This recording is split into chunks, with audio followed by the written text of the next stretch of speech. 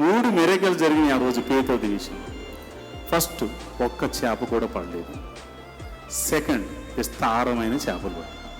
Third, ఆ చేపలు పట్టుకుని ఒడ్డుకు వచ్చిన తర్వాత ఆ చేపలు చూసి ఎన్ని చేపలు పడ్డాయి, ఈరోజు ఇవన్నీ అమ్ముకుని నేను వ్యాపారం చేసుకుంటానంటే యేసు ప్రభు అంటున్నాడు, వాటిని విడిచిపెట్టి నన్ను వెంబడించో. ఆ రోజు చేపల గురించి పేతురు ఆలోచించి ఉంటే ఈరోజు సార్వత్రిక సంఘానికి పునాది లేకపోయేది.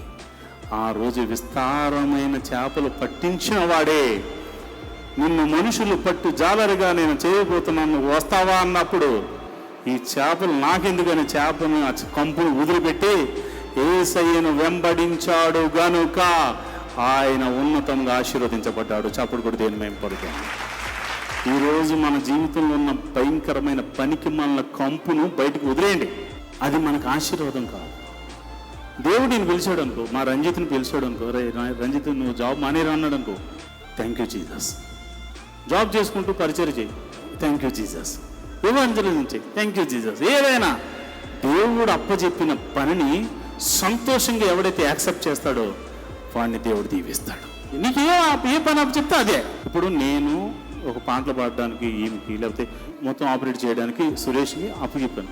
అది నా వల్ల కలిగింది కాదు, తెలుసా మీకు? ఎవరి వల్ల కలిగింది? దేవుని యొక్క ప్రేరణ, దేవుడు నీకు ఇచ్చిన భాగ్యం. అది సంతోషించాలి. దేవా నాకు ఈ భాగ్యం ఇచ్చావా, సంఘంలో ఈ స్థానం ఇచ్చావా, భాగ్యం అది ఎంచుకోవాలా. అంతకు మించి నీకు ఏది పుట్టినా దేవుని ఎన్నికను తప్పు చేసిన వాడు, దానివల్ల నీకు దీవెన కన్నా శాపంగా వస్తుంది.